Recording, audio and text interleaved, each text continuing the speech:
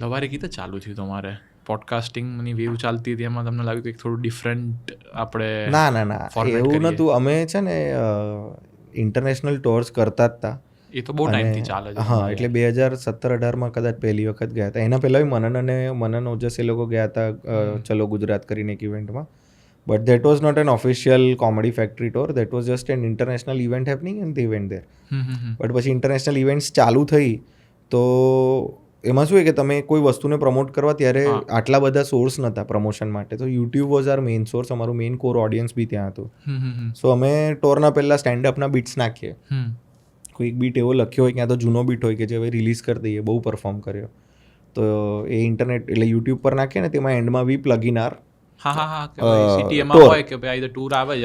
પછી એક ટાઈમ એવું થઈ ગયું કે એમાં બી મજા નથી આવતી લોકોને.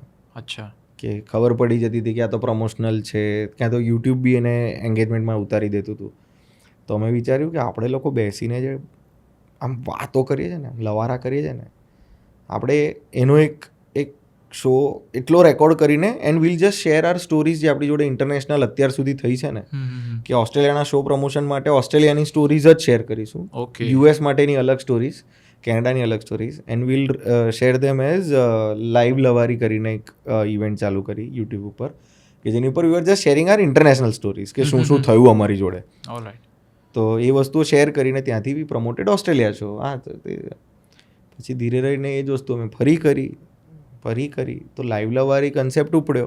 પછી મનનભાઈને થોટ આવ્યો કે આપણે આની અંદર મારું મૂવી એક હતું કમઠાણ, તો એનું પ્રમોશન કરવાનું હતું. તો એમણે કીધું કે હવે પ્રમોશન સ્ટેજ ઉપર બોલાવીને કે આમની પિક્ચર આવે છે જુઓ, તો બધા બહુ, તમે કોઈ મ્યુઝિક કોન્સર્ટમાં બી જાઓ કે કશે બી જાઓ તો એ થતું જ હોય છે કે હેલો ગાઈઝ અમારી મૂવી આવી રહી છે, તમને ગમ્યું, એ બહુ થતું હોય. એટલે વી થોટ કે એમની વાત કરીએ, એ પિક્ચરના સેટ ઉપર થયેલા કિસ્સાઓની વાત કરીએ. તો કમઠાણ માટે અમે લોકો પહેલી વખત એવું કર્યું કે આપણે જે લાઈવ લવારી નાના રૂમમાં કરતા હતા એને હવે ખાલી ઓડિટોરિયમનો જે આપણો મોટો શો છે તેના એન્ડમાં મૂકી દઈએ. Okay. And will just talk about the bar, પેલું મોટી બારની ચેર આવે ને હાઈ સ્ટૂલ જેવા, તેના પર બેસીને આપણે વાત કરતું. તો આયા અમે 4 અને સંજય ગોરડે અને હિતુ કનોડિયા આવ્યા અને અમે બેઠા અને અમે વાતો કરી. ઉપડી ગયો એપિસોડ, એમ ગમ્યો લોકોને. એટલે પછી મનનભાઈ કીધું તો હવે આ આઈપીને આપણે પ્રોપર બનાવીએ, શોનું નામ જ લખીએ લવારી શો. એમણે ડિઝાઇનર સાથે બેસીને લોગો ડિઝાઇન કર્યા, સેટ ડિઝાઇન કર્યું, શીલ કરીને એક છોકરી છે તેની સાથે આખો સેટ ડિઝાઇન કર્યો, લાઇટિંગ ને બધા માટે હું પ્રોડક્શન સાચવતો હતો એટલે મારી જોડે વાત કરી. ઓકે. સેટ ડિઝાઇન ને બધાની જોડે માટે ચિરાયુના નહીં, કારણ કે ચિરાયુનું બી એસ્થેટિક વેલ્યુ થોડી છે એમ, એટલે એને ફ્રેમિંગ ને ગમે છે થોડું, કેમેરાની ફ્રેમ ને આતે, તો કેમેરાની અંદર એટલે કેમેરાની ફ્રેમિંગ ને બધા માટે ચિરાયુની મદદ લીધી. અને ઓમભાઈને શું કામ આપ્યું?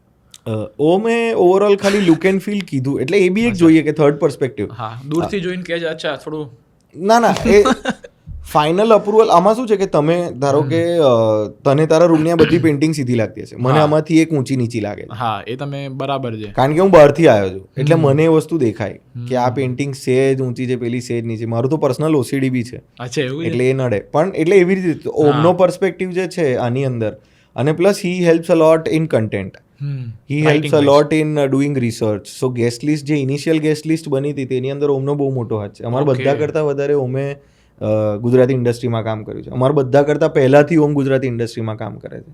એને બહુ વાત નથી થતી, બસ એટલી જ વાત છે ને, થોડું ઘણું. એટલે હા, એટલે બધાનો સમય આવશે. હા, બધા લવારી કરો અને બધા ઓળખી ગયા છે ખરી. ઓફકોર્સ મનનભાઈ તો પહેલેથી સ્પોટ હતો, મનનભાઈ ને ચિરાવને ઓળખે જ છે. મને ને ઓમને હજુ બી તમે પેલા લવારી વાળા ને એવી રીતે ઓમને બી હજુ, because he looks unique in all four of us, so his name is more easy to recognise. પણ મારા જોડે તો પેલું બહુ થાય કે અરે તમે પેલા ચિરાયુભાઈ ને એવું આવે. ચિરાયુને બી ઘણા તમે પેલા દીપભાઈ ને, કારણ કે અમારા બેની હાઇટ સિમિલર છે, અમે લુક ઓલમોસ્ટ સેમ રાખીએ છીએ, પણ માણસ બંને અલગ છે. પણ એ લોકોને એવું જ છે કે આમાંથી કોક તો છે, બેમાંથી ખબર નહીં પડતી ને, એવું ઘણી વાર થાય.